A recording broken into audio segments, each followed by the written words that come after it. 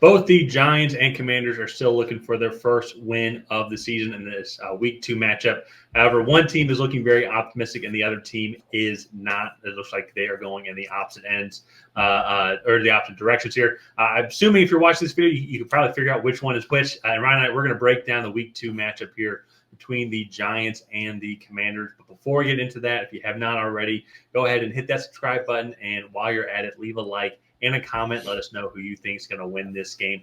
Ryan and I, we almost hit 100 new subscribers with our Week 1 prediction videos. And let's see if we can break that 100 new subscriber threshold with all the Week 2 prediction videos that are coming out this week. Any help is greatly appreciated. And Ryan, let's get into it here. Let's start off more positive because I think the Giants are probably going to be pretty universally similar, I think, to what's already coming out from majority of Giants fans. But the Commanders, I enjoyed what I saw from the Commanders. A lot, very low expectations going up against Tampa Bay Buccaneers. The Bucs are a solid team.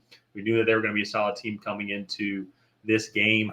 And also, too, Bucs are really good at passing the ball. And the Commanders are not good at stopping passing the ball. and that's kind of what happened there today. Baker Mayfield, I'm pretty sure, had 4 touchdowns. I'll go back and double check on this. And passed around 2. Mike Evans had 2. Chris Godwin had 1. Jalen McMillan got his first TD as well. But so I think it's going to take some time for this Commanders defense to kind of keep improving under Dan Quinn. I think they will improve under Dan Quinn. Offensively, though, I did like what I saw from Jaden Daniels and just overall the offensive scheme. Took them a little bit. They didn't get their first touchdown until the second quarter. But it's kind of what we had talked about, though. They had those explosive plays, and they can be a team that can be spoiler. I don't think they're going to make the playoffs, but they can be spoiler come late November and December. If they get into a rhythm here and they just let's just go out and win games. Similar to, I think, kind of how the Giants were, ironically, last year. As they really pick things up in the second half, later on in the season.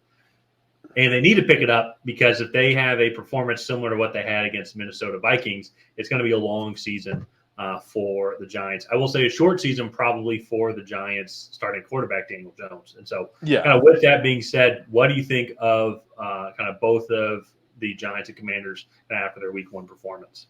Yeah, I mean, you kind of touched on it. I feel like these two franchises are going in opposite directions, and that's just the Giants.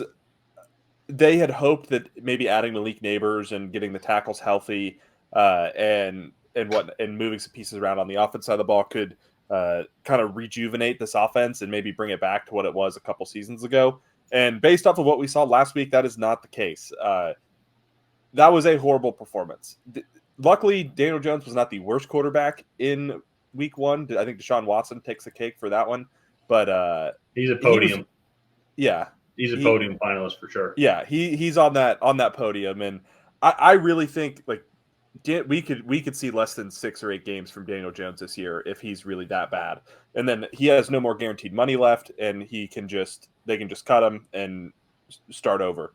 So it was rough. They did have some good plays, I think, on the defensive side of the ball. They still have a lot of talent, going from Deontay Banks, Brian Burns, Kayvon Thibodeau, Dexter Lawrence, and more. From that, I think that is a decent defensive lineup there, but you can't do what you did on offense and expect to win. I mean, 2 turnovers, I think 1 pick six. It was just an absolutely atrocious performance. Well, and that's where, to me, I initially was kind of surprised just looking at the score and try to watch as much of the game as I possibly could. Be like, I can't believe the defense gave up 28 points.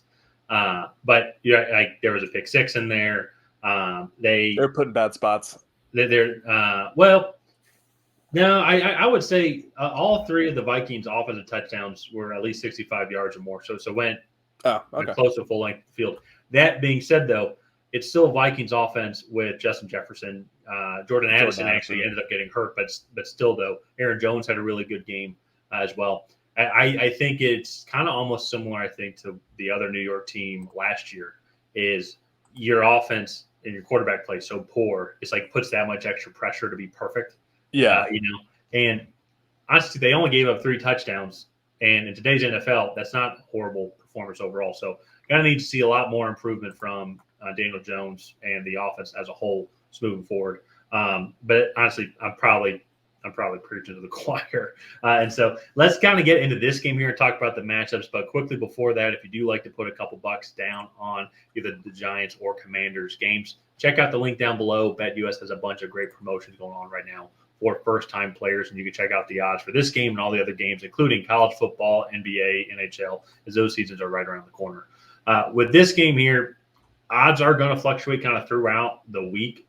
But I would say just looking at it from an optimistic standpoint, Commanders seem like they just showed more heart, more potential, and the Commanders' weakness in the secondary, I don't like they can be tested. They potentially could give up some long plays like Malik Neighbors, I think, looked good, had a good game. He was their leading receiver. Wan'Dale Robinson also, he had 12 targets as well. So potentially, if you can get some momentum against this Commanders secondary, you might be able to score some points on them. But offensively, though, I'm going to be curious to see just this matchup overall. How does the Giants stop Jaden Daniels and his overall athleticism, which was on full display? Because if they're able to stymie Jaden Daniels, if they're able to kind of lock down this team, so I will say too, running the ball wise, if you just go look at the stats for this game, it's going to look like they ran a lot over Tampa Bay. They're very one-sided. There's a lot of Jaden Daniels. I think Jaden Daniels had 88 yards. Sorry, on 16 carries. Yeah, and I think between Brian Robinson and Austin Eckler, I think it was 14 carries for 50 yards.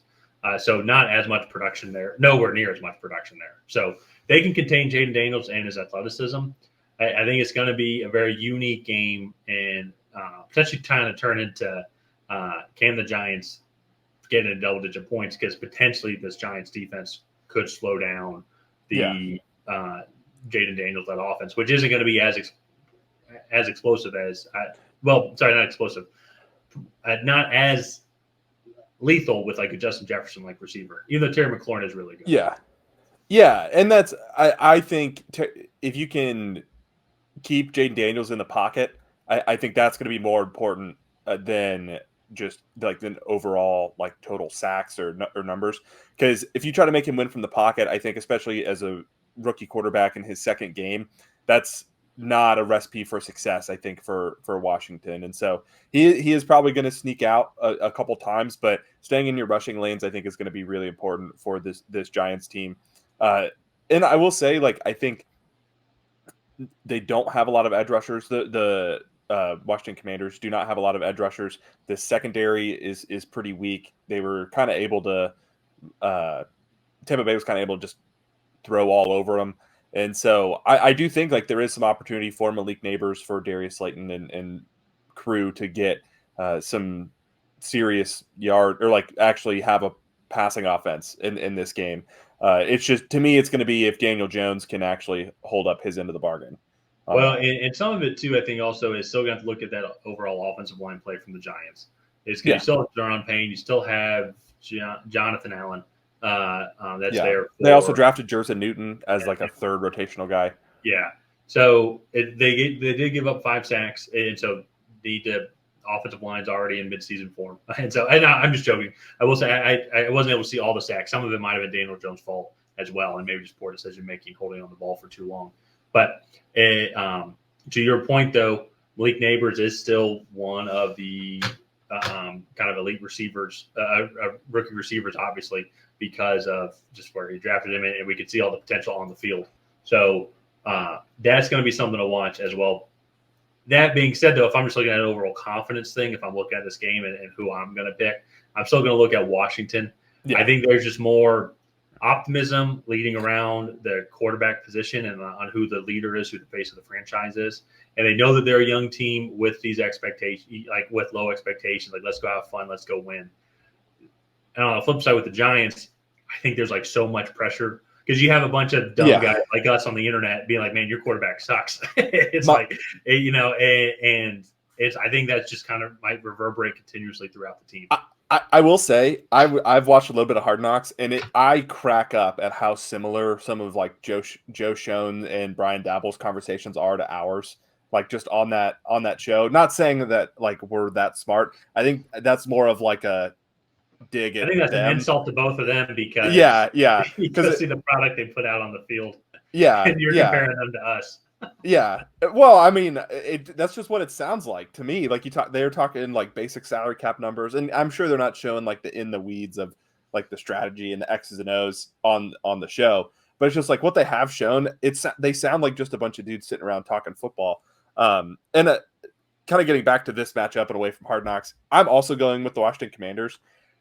I don't think either of these teams have the skill set to go out and like truly go and win an NFL game.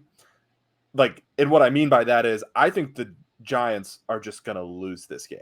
I don't really think the Commanders are going to do a whole lot to like go out and like, oh, like they're going to make so many explosive plays on offense and they're just going to outscore the Giants. I think the Giants are just going to make enough mistakes on the offensive side of the ball, but it's going to be like a 13-7 game. Okay. And I think I see your point now. Okay, Yeah. because that was going to be my thing. Is I just think that the Giants are not going to be able to build up enough momentum to kind of maintain, competitiveness. It just feels like they'll just be kind of errors that just kind of happen in the first half of the game, and then something just happens second half of the game. Which I will say, calling it now too. If this is a consistent trend, though, I know they're going to be looking for a new QB in the offseason, but also to potentially might be looking for a new head coach as well. I like Brian Dable, but I also think too it's just it's just kind of shocking the poor performance. That being said, though, you can maybe make the same argument for the other New York team as well, and Robert Salas still sticking around as well for good reasons. It hasn't really been his fault either with the poor play. So we'll kind of have to wait and see. That's maybe something to table, as we get closer on to the season. Yeah. So we're both taking the Washington Commanders here. This is kind of the battle for the first round pick or first overall pick here in week 2. I know Denver might have something to say about that. Yeah, I know. And I still wouldn't rule out New England, even though they won last week. But let's go ahead. We'll wrap this episode up here. If you guys have not already, please go ahead and like and subscribe. Leave a comment down below on who you think is going to come out ahead in this matchup. Will it be the New York Giants? Will it be the Washington Commanders? None of that. We'll see you guys next time.